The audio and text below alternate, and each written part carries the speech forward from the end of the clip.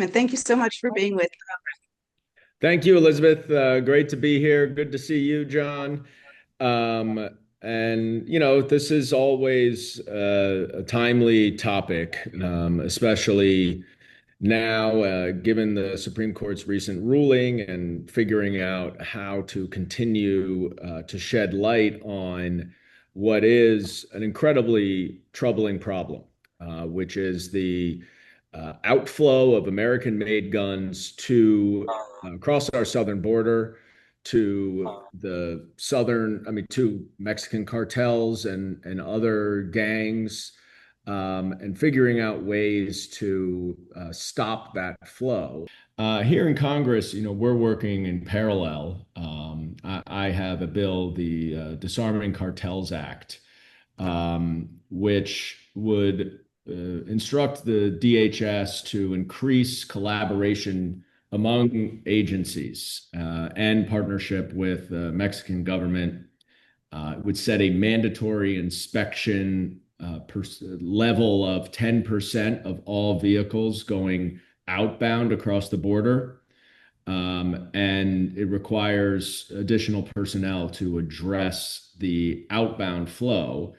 Um, Last year in the Homeland Security Committee, I used every opportunity to bring up this issue of the outbound guns and how if Republicans are concerned, as they say they are, with the cartels and with fentanyl trafficking and human smuggling and other crime coming over the border, then they need to tackle this issue because the power and control of the cartels is really being fueled by American-made guns. Without the weapons, they would have much less power and therefore much less control.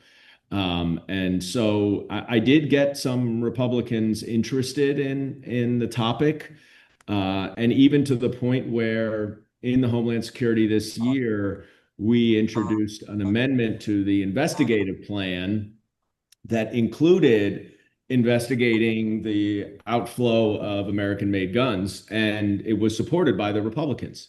And it's something that Donald Trump agreed to do when he reached the arrangement with the Mexican president to delay the tariffs back in the spring, as one of the demands of President Sheinbaum was to have the United States work on stopping that flow. As many of you know, there's one gun manufacturer in Mexico, and it is incredibly onerous to go through the process of getting a single gun. And that's why they look to the United States for the weapons of war and weapons of control. And that's where something that we can tangibly do to really undermine the power of these cartels. And so I've been still working on finding a Republican co-sponsor. I'm not giving up yet. There's been some interest, but no one has been willing to sign on to it. They have their own political issues, which is too bad given the rise of gun violence and how obvious a problem this is. But we're going to keep pushing. The other thing that I just wanted to flag that I've that I've been leading here is in Congress is the administration designated the cartels and a couple other Central American gangs as foreign terrorist organizations. And I mean, I think there are good arguments for pro and con to that designation. But one of the things that designation does is it makes it a crime to provide material support to a foreign terrorist organization in a way that it is not necessarily a crime to do that with a criminal organization and criminal enterprise, a lower definition of gang. And so I led a letter to the administration, urging them to use this material support criminal statute with the new designation of foreign terrorist organization. And so we think that if they are going to have that designation, that this is a very important pathway for them to challenge. Sorry, very important pathway for them to pursue. And so, a lot of the other stuff that we are talking about here is increasing the technology at the border, increasing the staffing for outbound traffic at the border, and doing more searches and more coordination with Mexican government on this particular topic. So we're very focused on it. Obviously, we continue to have the Equal Access to Justice for Victims of Gun Violence Act, which would just repeal the immunity that gun manufacturers have. Obviously, that's that's a longer term goal. That's not going to happen immediately. But we are working on all angles, and it's great to be in collaboration with Jon on the litigation side, and Elizabeth, thank you and GAGV for all of your excellent work. And it's a pleasure to work with you guys on what is just such a evergreen, vital issue. Well, thank you, Representative Goldman, so much. Do you have time for a question or two? Yeah, for sure. Great. So, I was listening to you speaking and talking about the different restrictions on the border and the important issues that you're tackling with your bill. We know how divisive and difficult gun issues are on Capitol Hill. Are you finding there's an opening now for a broader support or a broader conversation about raising awareness of how U.S. guns are arming the cartels and, backing up the fentanyl trafficking and the organized crime here in the United States?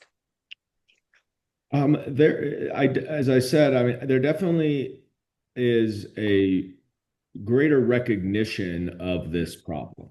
And it's one of actually the very few areas that I've been advocating on where I think you can see some progress. It's minor in the grand scheme of things, but just even having conversations with Republican members who, one came up to me and said, I've been listening to you in committee and makes a lot of sense. Let's see if we can work on this together. So that does not happen every day, even though there's more bipartisanship, I think, that generally than the public sees, but very rarely on gun issues.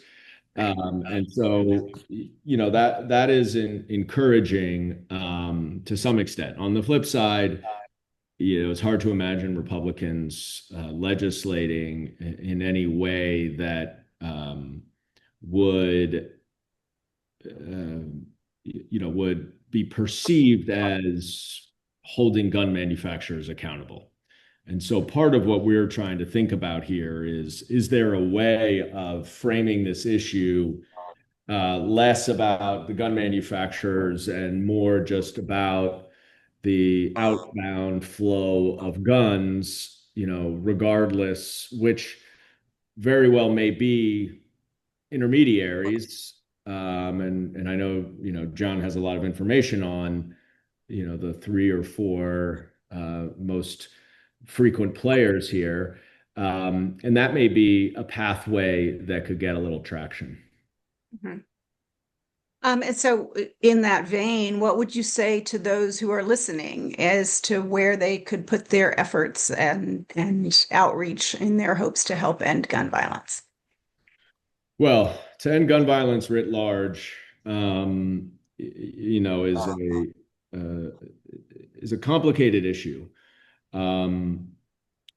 It's my view that we have to be a little bit more selective and focused on particular legislation that we consistently and constantly are pushing that is more realistic to get across the finish line right now. The best example I have is obviously the assault weapons ban should be reinstated. And it has the vast majority of Americans agree. But that's just not realistic right now. And so when there was that mass shooting in Maine, um, the focus was on the weapon that was used. And I think it would have been better for our our efforts if we had instead used or focused on red flag laws, because in that case, stricter red flag laws would have probably caught the gunman. And there's a much better chance that we have of pushing red flag laws across the line. They did it in Florida, of course, after Parkland, and it has not been repealed because ultimately the Republican sheriffs around Florida really appreciate it and they like it and it works. And so I think that's something that if we were to really narrow our focus there, we would have a better shot of getting that over the finish line.